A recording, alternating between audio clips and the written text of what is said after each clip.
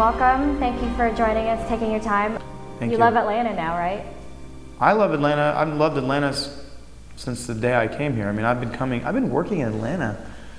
I'm going to sound like an old man. I've been working here since '96. When I was a model, I had clients here, and I used to come here all the time.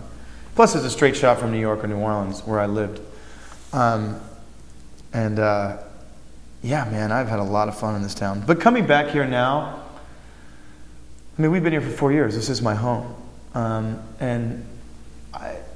Atlanta's a huge city. It's a lot of fun. There's a culinary revolution that's happening here. There's wildly progressive people. There's amazing food. There's amazing music. There's amazing, it's everything. I mean, it's a city of 6 million people. You know what I mean? Yeah. I mean, if you look at the city of Los Angeles, the actual city of Los Angeles is 3.9 million.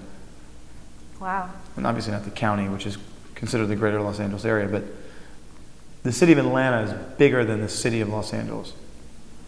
Definitely a lot of diversity here too. Yeah, for sure. Let's talk a little bit about the Vampire Diaries. 4 years down, we're going into season 5. What are you most looking forward to this season? You know, one really amazing thing about this season, as I stand here looking like a cross between Johnny Rhys Meyers and Jim Morrison, but trying to look like Henry VIII. I think, not even I think, let me rephrase that. I know this season feels a lot more like the first season of the show. And when I go back and watch the first season of the show, I am transported back to this really phenomenal experience where the storytelling was just, we were flying by the seat of our pants every day, every episode, every take. And it yielded a really interesting product. And it was all of our favorites, I think, save for Paul pretty much, because Stefan was just so heady in that season. But we're going back to that this year. And our writing team is just on it, and our production team and our both director of photography that we have, both of those guys are so dialed in. It's dark again, telling story with not just words, but with light and music, and I think this is really going to be one of the best seasons of the show, and great possibilities. You know, it's not just Stefan or just Damon. It's Stefan and Silas and Catherine and this and that, and there's a lot of dynamic, and I'm excited about it. Wow. I mean, I may sound subdued just because I've been up since 5 o'clock this morning, but I am excited about it. What's your favorite part been about playing Damon Salvatore? Did you almost just say what's your favorite bar? I think that was a Freudian slip. What's your favorite bar? I'm not going to tell you that. What's my favorite part? Yeah. I'll tell you once we cut. Okay. My favorite part of what? Playing Damon Salvatore as a character. Everybody else has gotten to play doppelgangers, and Paul's getting to play Silas this season.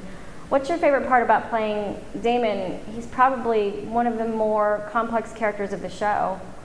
Damon is a blast.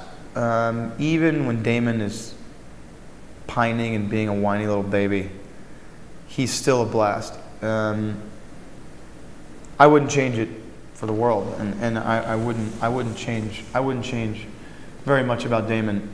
I'm very fortunate to be able to play this guy, and he's a wildly complex guy.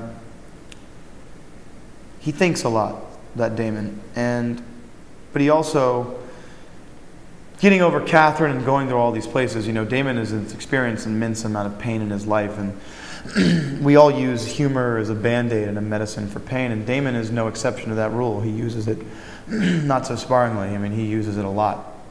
And so it makes him just really fun, and it makes him, you know, Damon's the guy that, again, you know, and I've said this before, but it really sums him up. Damon is the guy who has the same look on his face, whether he's saving a kitten out of a tree or ripping your throat out. He's that guy. You know, he can see them as one and the same. It's the same thing. Hey, it's Sunday morning. Let me get this kitten out of the tree. Hey, let me rip your face off. It's just Damon. And he loves with reckless abandon, fierce loyalty. He's a wildly loyal brother. He's a loyal boyfriend. He's just loyal.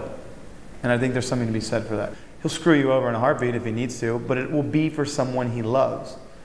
Not because, oh, I want that car or that house or that he'll do it out of love. Everything he does is out of love. So I think that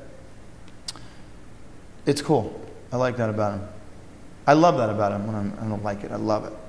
What parts of Damon do you see most in yourself, or are you just completely unlike him? No, I'm a lot like Damon, or I should rephrase it. Damon's a lot like me. No, it goes both ways. I mean, look, art imitates life in ways that it's just crazy. And the writers are very dialed into who we are and how we operate and what they want out of us as far as character-wise, but I know a lot about what it's like to be alone. I know what it's like to fight with my brother. I know what it's like to be in love. I know what it's like to be in pain. I know what it's like to have fun. I know what it's like to have to find the bright side of things. A lot like Damon. I don't like maniacally killing people anymore, personally, like Damon does, but there are a lot of similarities. There's a lot of congruence, a lot of consistency with where I am in my life and what Damon's life is like on the screen, and vice versa. A lot.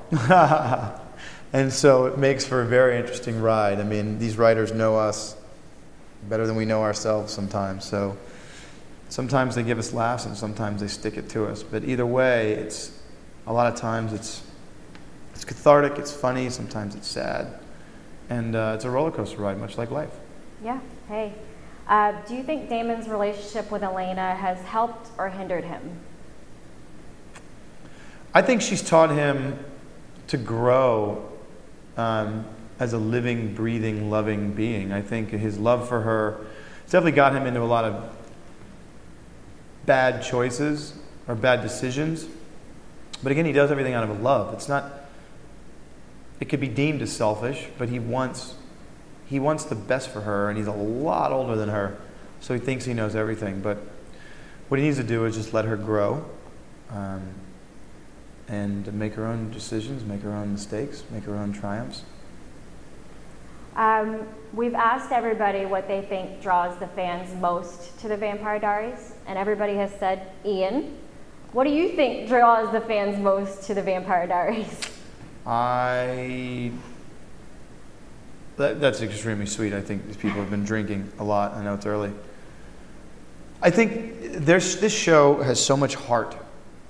We're really looking forward to season 5. I know I am personally as a fan. And yeah, no, we're excited. Wait. We're excited, and I want to build our viewership. Paul Wesley just told me that I think Arrow is ahead of us in ratings. That's not gonna happen anymore. Do you wear your daylight ring everywhere you go? When I take it from set, they freak out. Oh. Sometimes I accidentally take it. They didn't give it to you? No, they didn't. When I leave the show, I will get one.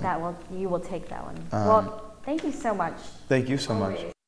This fall, the blood will flow.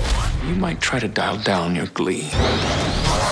Thursday, October 3rd, the night that raised the stakes is back. Make yourself right at home. The season premiere of The Vampire Diaries, followed by the delicious new series, The Originals. Quite an operation. Don't miss a single bite. That would be tragic. The season premiere of The Vampire Diaries, followed by a special premiere event of The Originals, Thursday, October 3rd on the CW.